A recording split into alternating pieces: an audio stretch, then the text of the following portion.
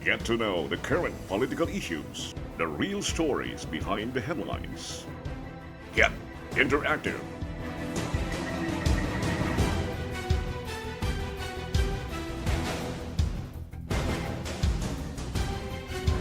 My Politics with Art Barry. Only here on My TV Cebu.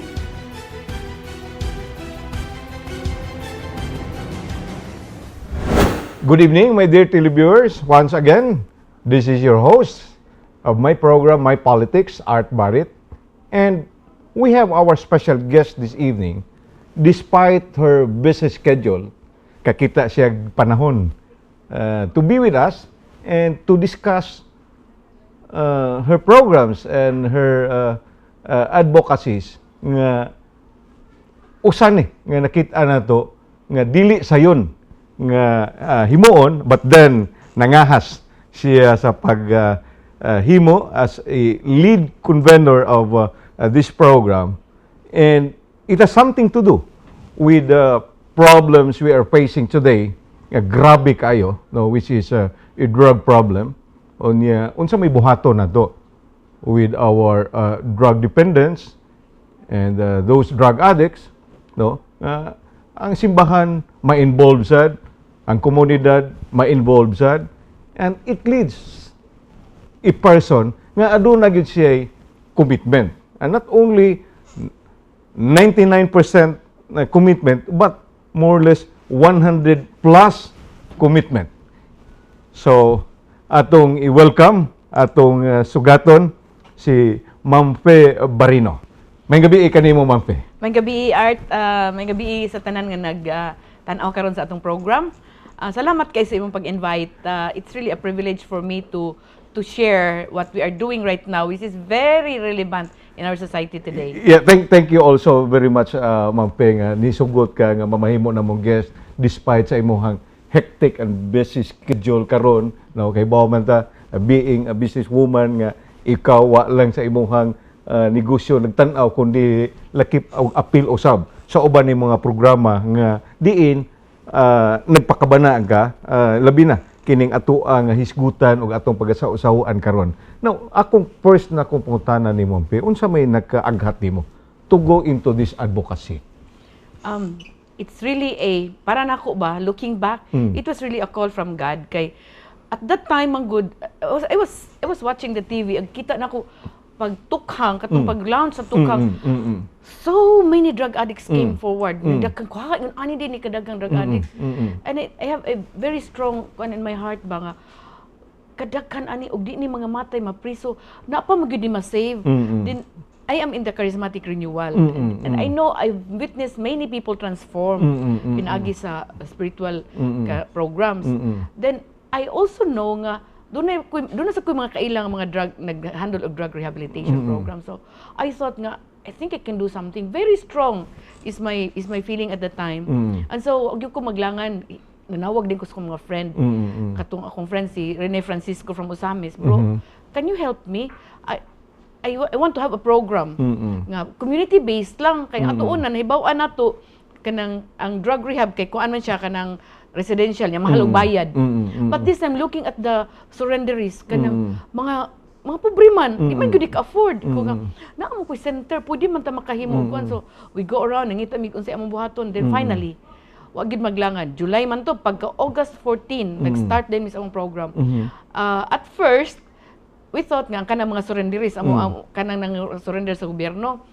But when we approach the local government unit, daghan mag-protocols, daghan pagmuagi, di pa sa kaybaw, gubot pa. But I want to start man immediately. So I went to Archbishop. Archbishop, I have this program. I want to help.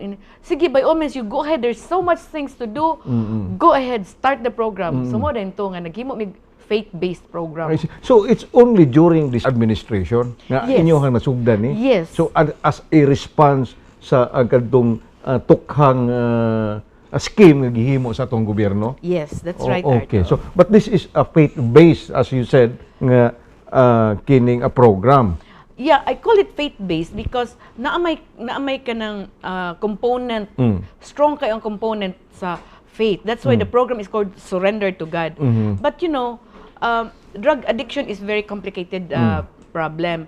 That's why I need the experts to know and understand what an addict is thinking Okay. para makasud ang spiritual. So that's why I got somebody to help me on the scientific side of addiction, Okay. how to handle, and then i-integrate na mo ang faith Oh, okay. para mao'y ilahang yung talang strength ba to fight against addiction. So sa imuhang grupo, Ma'am Faye, ang imuhang nitabang o ni-alayon sa imuhang programa are all volunteers? Actually, the professionals, I am giving them honorarium. Okay. But most of them, because being the head of the charismatic communities, there are many charismatic communities that are helping, that are supporting me. So, katong na ay mga passion to help, ni-sustain din sila. They send participants and they send volunteers also. These are volunteers. I see. Our Love of God community, namin may ang community, they are the ones doing the 24-hour prayer vigil while there is an ongoing session, serving the food, doing the music ministry, Okay. at preparing for the mass and many other things. Pagtabang sa Now, programa. how do you come up in manner nga ang ilahang pabalik sa ilahang kaugalingon? Unsa may stages in having this in implementing the program? At first, good, we don't force them. No threat, no intimidation. That's why ang requirement is kinahanglan voluntary sila mo adto dito sa center. Okay. So it's a voluntary It's in a voluntary, nature. meaning to Okay. say, aron klaro na gyud sugod na atong pagtabang nila, na sila ilang kagalingong na sila kagalingong paningkamot. Okay. So, when they come to the center, we treat them with kanang kuan gyud ba nga taga-amo silang ihag, pa-feel na mo sila something nga wa nila ma-feel sa ilang family. Because we know that these drug addicts nagtago-tago, they are rejected, gi-condemn na, di na dawaton sa pamilya. So Exactly, maunay among yes. the start of healing. I-emphasize starts- ninyo yes. na naay sense of belongingness. Yes, that's where we start. And then, so maka-feel sila, importante ang first day, and then we drug test them so that we will know Unsa nga ka-severe, stage, unsa unsa ka-severe, ang ilang okay. drug addiction.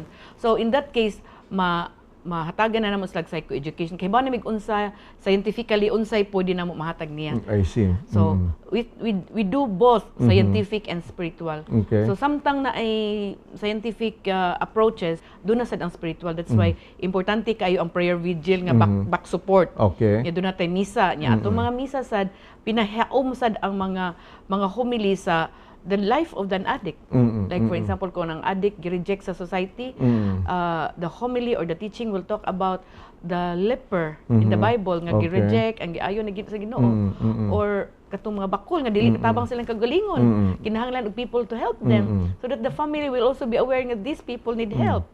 Now, So, after the surrender, Ma'am Faye, unsa may inyong next follow-up? Now, nana din na, inyo nang na-accepted, and then naa na siya medication.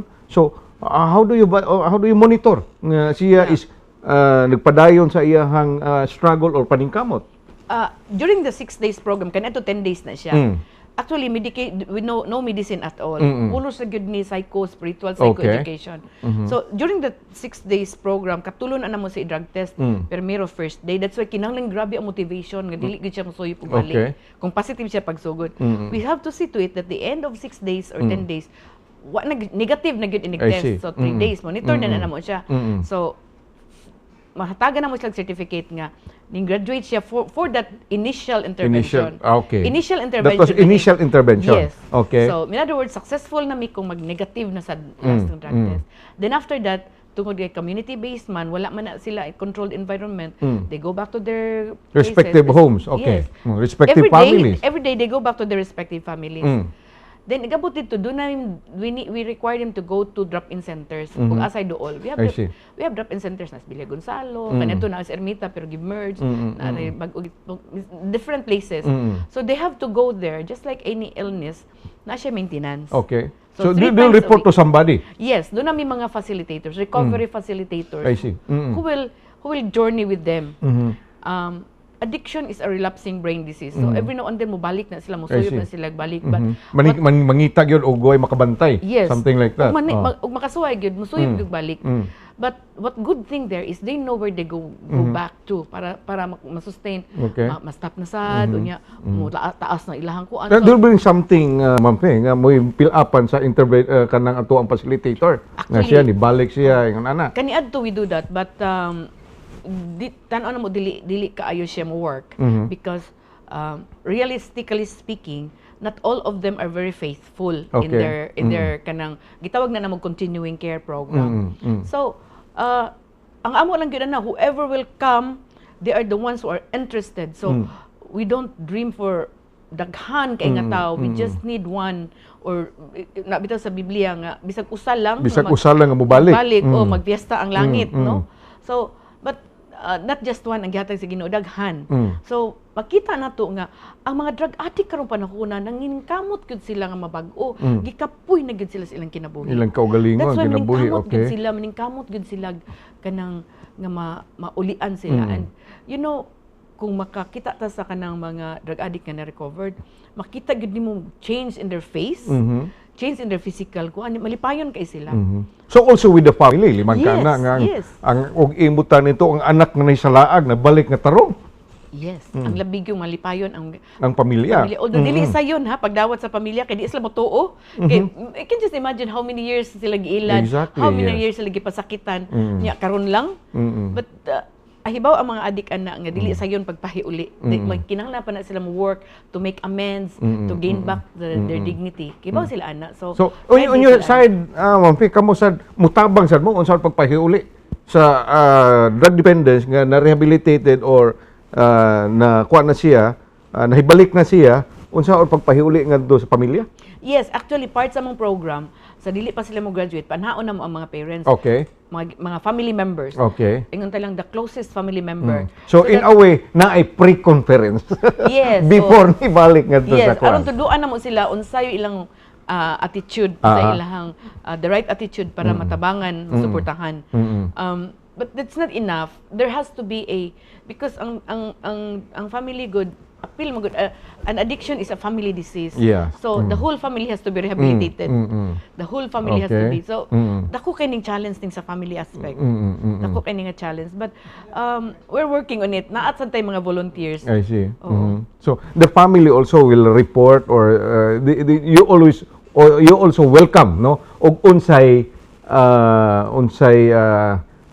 attitude or unsay outcome sa bag-on yung napagawas or bag-ong na-rehab or bag-ong napabalik to the family. So Yes. in a way ingon sad ana nasa Oo. sila mura og Nasli- feedback ngadto oo. ninyo. Yes, unya makita man namo kay malipayo naman sila. Doon na may mga activities nga inviton ang mga ang mga ang mga family. Malipayon man sila. I see. So let's discuss more about this issue, my dear televiewers, with Ma'am Fe Barino as the lead convener or lead advocate of this program. After these reminders.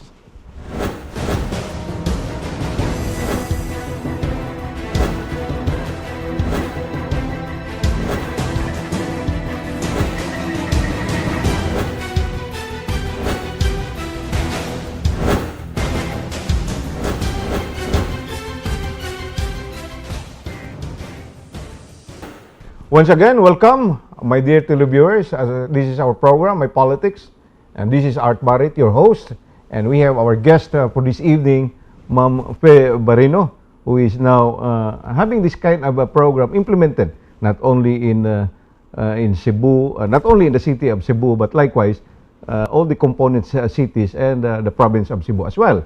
So, kanilang programa is more of a faith-based approach on the drug menace or the drug problem nga ato karong giatubang nga problema di lang sa ato ang nasod, di lang sa ato ang simbahan kundi hapos tanan kitang tanan apektuhan niini.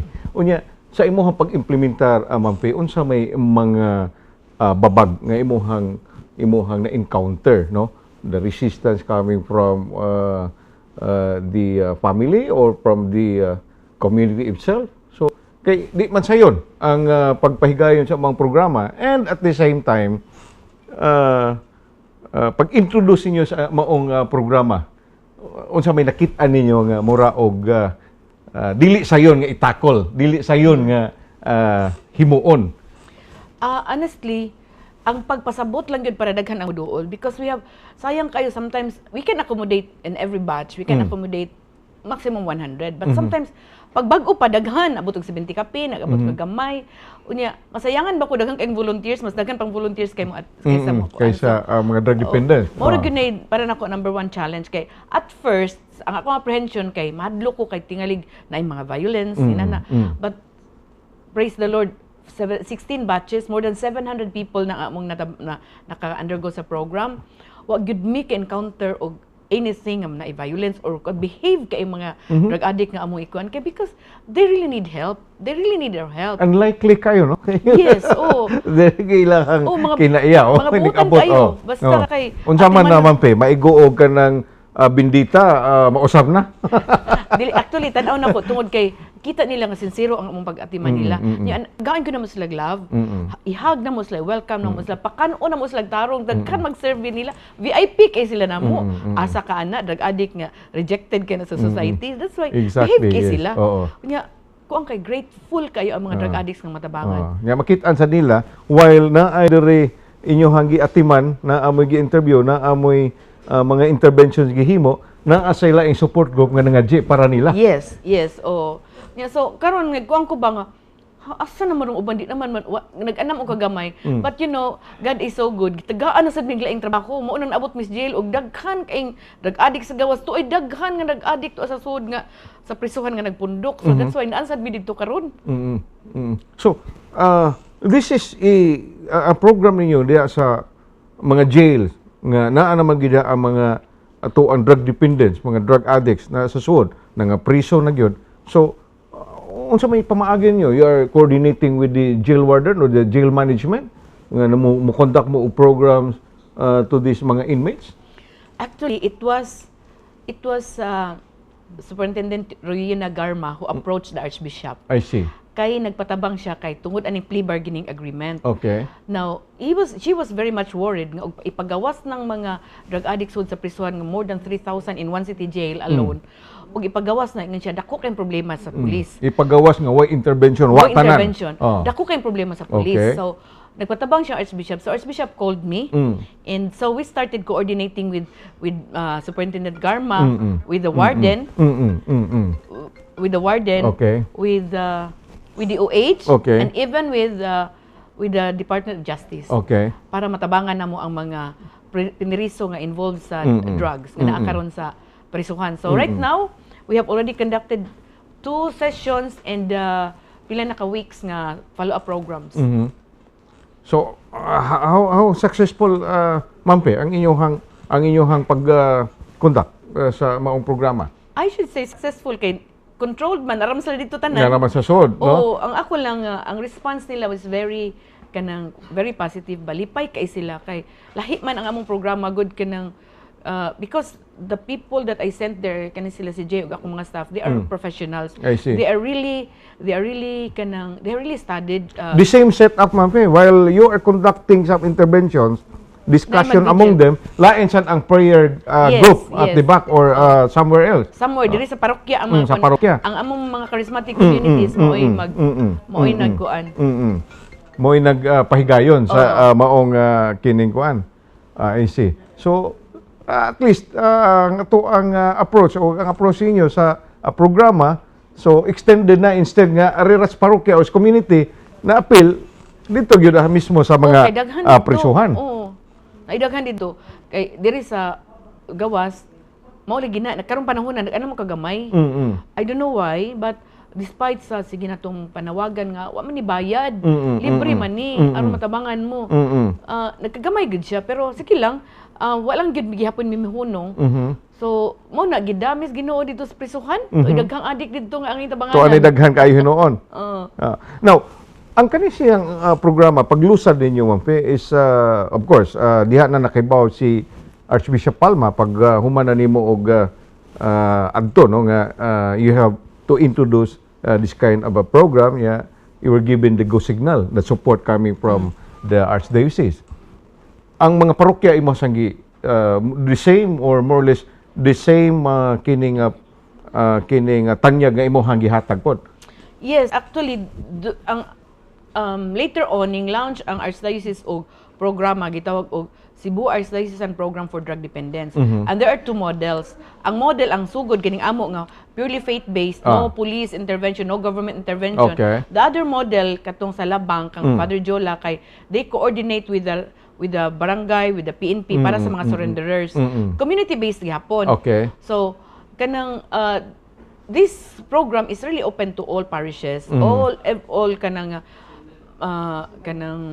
tanang mga kaparian kibaw sila ani, even the bishops. I was asked to present this program to the bishops conference of the Philippines, so okay. that all the bishops around the Philippines would know that there is such thing as Surrender to God drug recovery program nga kanang gamit kaayo ang ato ang mga charismatic communities. I see. Nani structure daan ba?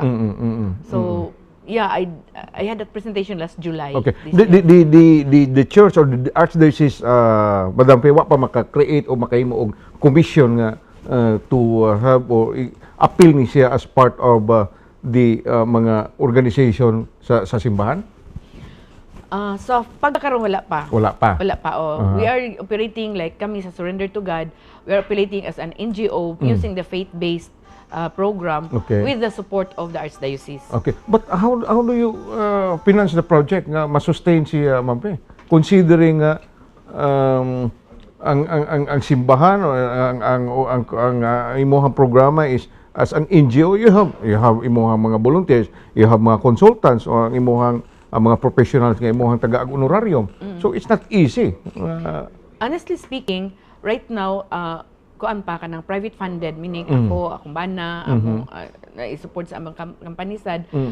Of course, doon na sad may mga friends nga kanang nagtabang pero naamang gitawag nila kanang donation fatigue or kanang kuan. So si Archbishop sad personal sad tabang sad siya pero dili ka sustain. What sustained us right now is amo ra gyud personal funds akong me and my family.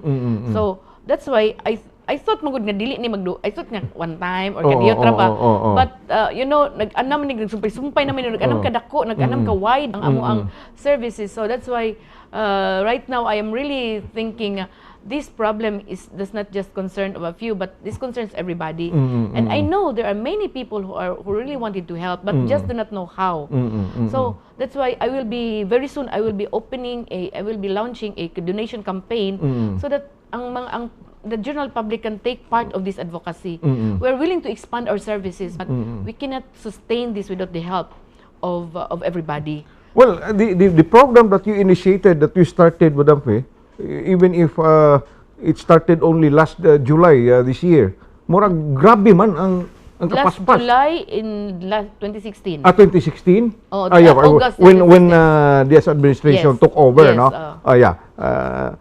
Mura maggrabe na kaayo ang publicity, grabe man kaayo ang iya habang dungog, no, nga daghan kayo nga mga positibo nga nanggawas about this program, though it is not initiated by the church but a lay people, kamong duha sa imuhang bana. So mao na nga in a way ang simbahan nagpasalamat, but then wa kay plano nga involving or asking the archdiocese nga maka-tie up ka og mga bigger NGOs outside the country. Actually, nag-istorya namin ni Archbishop Ana. I already presented to him that this program has expanded so much that, and I don't need the accolades, I don't need nga recognition nga kami for this for us, but I want everybody's participation, and he's now really planning to inshallah, yes, we will see how the church can really involve ourselves in the advocacy so that daghan ang magtinabangay ba. You have reported already to the Catholic Bishop Conference of the Philippines, to the CBCP. So I think if there is a way nga to implement this nationwide, so you have already the model. Ang imong model mo masunod o mo magamit more or less by the CBCP, by the bishops of the country. That's right. Actually, dili magud sayon. Only very few people will take this kind of advocacy. I realize that no matter how much we ask for volunteers, for kanang only those who have the heart. It's not easy to embrace this kind of advocacy because of the stigma, because people are afraid of drug addicts because they thought all drug addicts are criminals. Not realizing that these are people with families, these are people just like us who have struggles in life and really need hope nga mausab gyud sila. Sa imuhang pananaw, sa imuhang kaybaw, Ma'am Fe, why ingon ani susama nga programa somewhere in the country sa gida sa mga diocese? I do not know. I am not sure. Naatingali pero lahin po nilang style. Unique. Lain mag nga approach. Whatever ang ra gyud when we started, honestly, whatever that will work, we will use it. Whatever is effective, we will use that because lain man og recovery path ang usa ka drug addict. I see. Lain man siya kanang exactly, yes. Oo. So unsa nitabo sa kang Father Camilo Diola nga katong iya sang nasugdan nga iya sang advocacy for the drug dependence? Naasad siya mga lain-lain nga nasa mga parokya ya. Sa mga parokya ya. So mura og more or less naa say mura og seminar, something like that nga ihatag. Naay siya weekly program pod sila. Nasa weekly program. I see. So mao ni ang ilaha pod nga subay nga program interventions on the drug dependent. Yes, nasa sila faith-based. So now karon ang grupo nimo sa charismatic still ug asa inyong program nga i-implement or himuon, so automatic nga naa pod sila gyud sa kwan. Yes, support as a support group. Primarily ang among Love of God community. Doon ay lain-lain nga charismatic communities nga nagpadala pod sa ilang mga kailang nga mga drug dependents then after ilang i-adapt dito sa ilang community. So iyahay og tabang ba. So ang importante lang gyud nga naa ang surrender to God nga naa sila kapadadaan. And then they support us in terms of kanang Life in the Spirit seminars, lain nga community mo support sa music. But you have a resident priest, Ma'am Fe, nga mooy mo sige nimo og mukuyog og moabiba sa imong pag-implement ani nga programa. Yes. Do not sa resident but he is our spiritual director and he do it for free. Si Father Ramon Ofredo. But do na sad mi dagka mga volunteer priest willing to support, like for example for the confession, inana paghimog misa. Nasad ta dagka naman sa mga pari nga supportive kaay nato. I see. At least the church is having this kind of program and then initiated by lay people nga karon nidako na unya ato ang natan-awan nga kinahanglan nga palapdan pa gyud, of course, with the support of the Archdiocese and the Catholic sa ato ang Sugbo. So we'll discuss more with Ma'am Fe Barino ug unsa say mga rason nga naaning problemaha, no, especially ang gyud ang usa ka tawo mo go into drugs. After this, some reminders. Don't go away.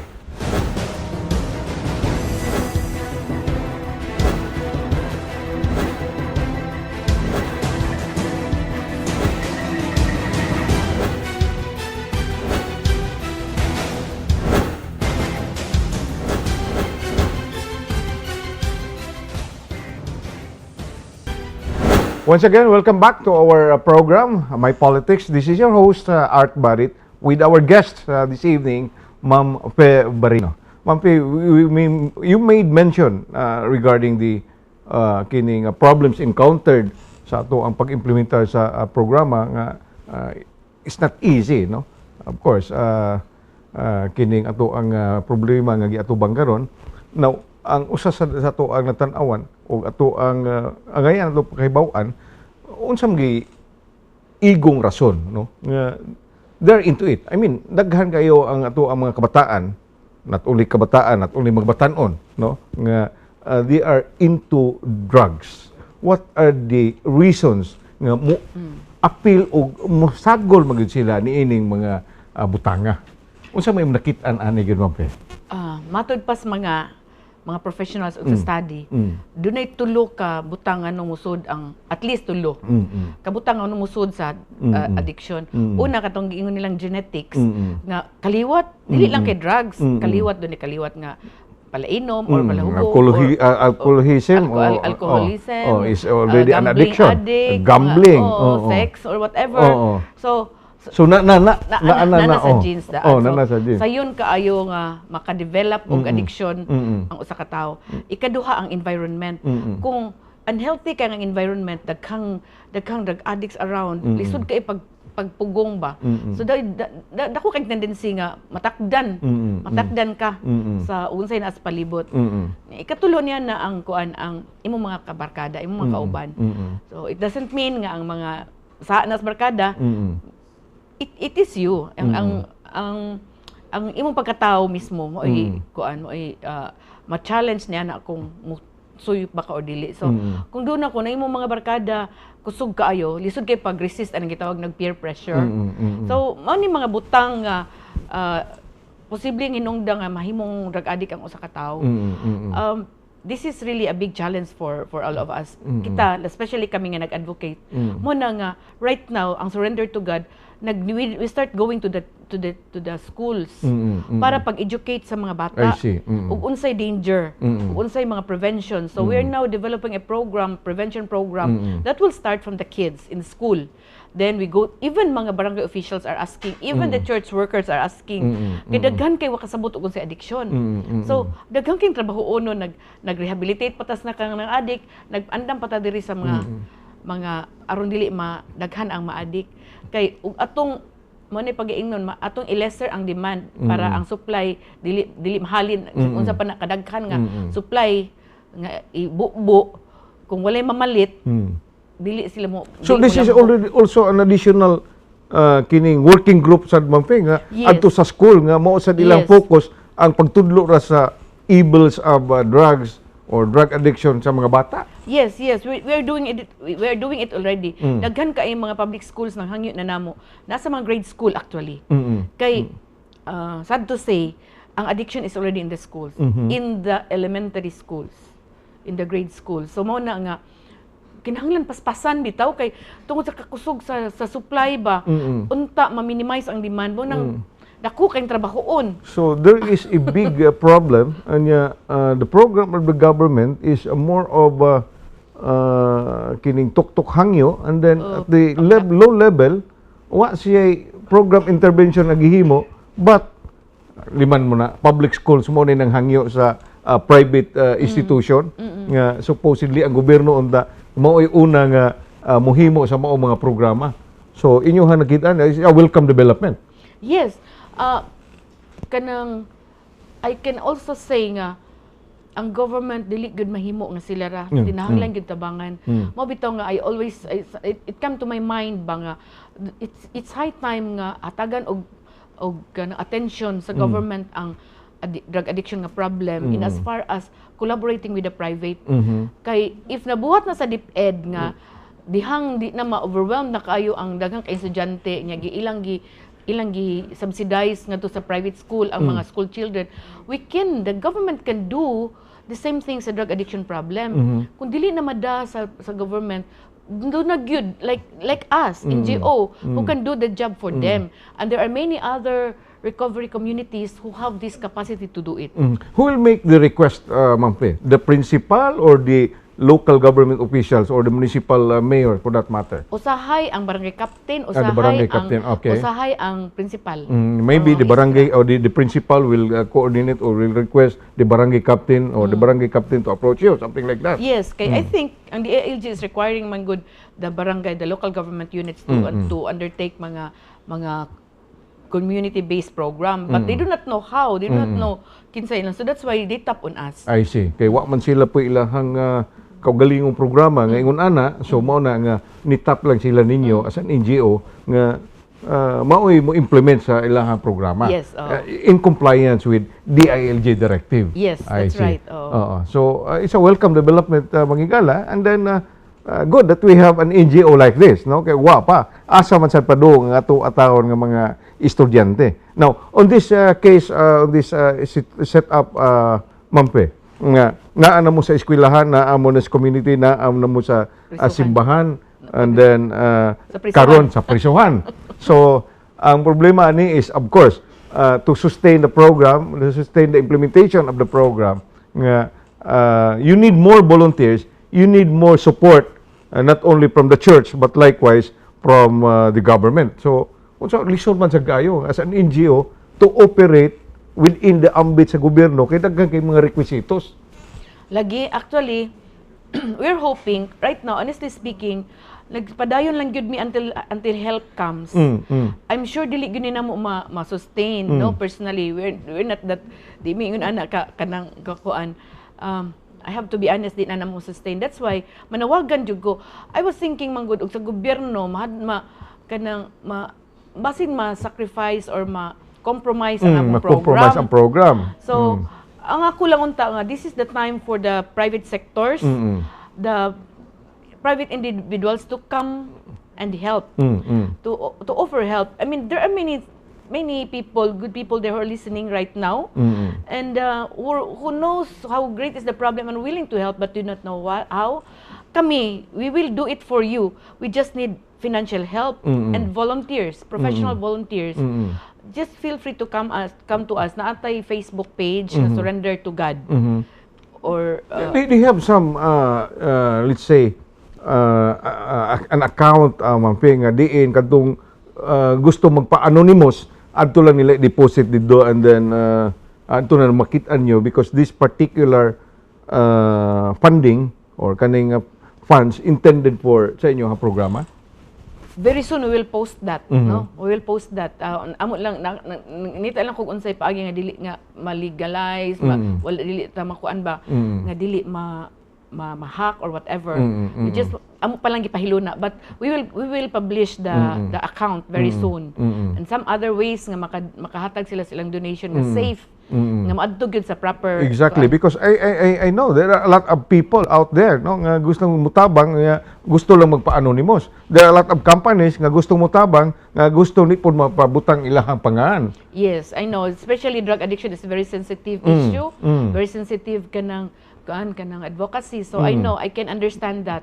And yeah, we would really appreciate. I'm really praying that people will come to help us because this is not only our problem, this is everybody's problem. Exactly. That we're doing. Liman mo na ang imuhang ikaw usa ka amahan, imong anak na rehabilitated, sa imuhang pasalamat asa man nimo ibutang. So sa grupo o sa tao nga nagtabang. So something like that. So mao na nga I'm urging the public nga o gusto mo tabang. So the group of Ma'am Fe Barino is very much willing, no, to accept whatever help nga you could extend to the group nga ma-sustain ang ato ang programa because we could not afford also nga kutob ra sa sigitag patay, kutob ra ta sa unsay panghitabo karon sa ato ang komunidad without any clear intervention. This is a very clear intervention nga gihimo sa ato ang simbahan and we are very much kining thankful nga we have this kind of organization. Okay, I'm sure, Ma'am Fe, this is a response nga gihimo nimo sa imuhang kalit kaayong atubag nga dili mahimo nga sige lang ta og patay nga way klaro nga ato ang matabangan ang ato ang mga drug dependents. Yes, tinuod jud na Art. Mao na nga we really need help, no? And then with kung dunay mga tabang maabot, I'm sure ma-replicate. Right now, we are only serving one jail, but there are so many jails pa. And then, there are so many schools. We can replicate this program because we find this effective. You can look at our track record. You can ask anybody how we work. Tinud-anay good. Whatever help you can give, it will go to the right purpose. So pagkakaroon Ma'am Fe is only one jail, ang Cebu City Jail. Cebu City Jail pa ang among gitabangan. Onya, eventually silingan naman ang Cebu Provincial Jail. So hopefully adto sa ta dito mo extend. Yes, kung nami enough kanang resources, enough group and funds to do that because amo pa man kung pasnako I mean with everything unsay mong gibuhat sa gawas among gibuhat ito sa sulod. Okay. Now, ang beneficiaries o ang ato ang kining gitabangan dito sa prison kadtog yung naa sa listahan nga ang ilahang kaso, ang ilahang krimen nga nasold sila sa maong prison, it's more drug related. Yes, sila ang taga jail personnel maoy mo determine sa mga recipients atong program. I see. Katong mga eligible for plea bargaining agreement. So, kano saan ni nagsugod, Ma'am Pe? 2 months ago. 2 months ago. Oo. Just because of the request of Superintendent Yes. Reyna Garma. Yes, oo. Okay. It started that way. That's why kuang kayo kan instrumental kayo si Garma ani nga program nga naabot mi didto. And we're happy. We discovered that there's so much thing to do there. I see. So, masarno nga naa dayoy ready program nga gika-offer sa ato ang Philippine National Police. Na amo. Without you, asar mo to padung. Creative case Garma nakibaw siya dako kasi problema kung gawas ng mga piniriso nga nadakpan. Gidakop tungod sa drogas niya buhian, amo malik na sa to sila. Takpuno na sad. Okay. So, different communities or different approaches nga inyong gihimo, Ma'am Pe, pagkakaroon, unsa may pinaka-best nga imuhang kita nga effective kayo? Ang faith good, ang spiritual good aspect. Okay, that's it. Yes, but that's Why why our lain? program. That's why our program is surrender to God. Waylain, Ma'am Pe, ang pagtuo ra gyud sa tao. Maoy makausab sa tao. Transformation kay maunsa man nga mawa ang drugs ang lawas unya naalang gihapon ang ilahang mga binuhatan nga dili maayo. So kinahanglan transformation. And So, only this by is the grace so-called, of God. Madam Pe, og radical transformation. Yes, yes. Ma'am Pe, we don't have enough time. Ang ato na lang panamilit sa ato mga suking at tigpaminaw and televiewers for this our program. And then, ang ato ang parting statement afterwards. Ma'am Thank Pe. you very much, Art, for this opportunity, and to all our televiewers. Salamat kaayo. Please remember that there's hope for everything.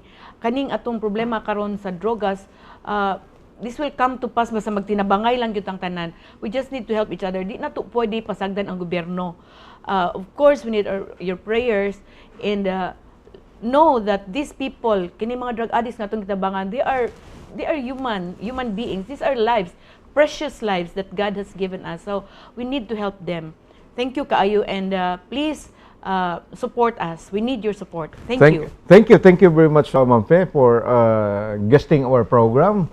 And this is your host, Art Barit. Manamilit na lang og moingon nga samtang mohingos pa ang ilong sa tao. Ang iyang mga pangandoy ug tingmusbawan, way katapusan. Daghang salamat. Maayong gabi.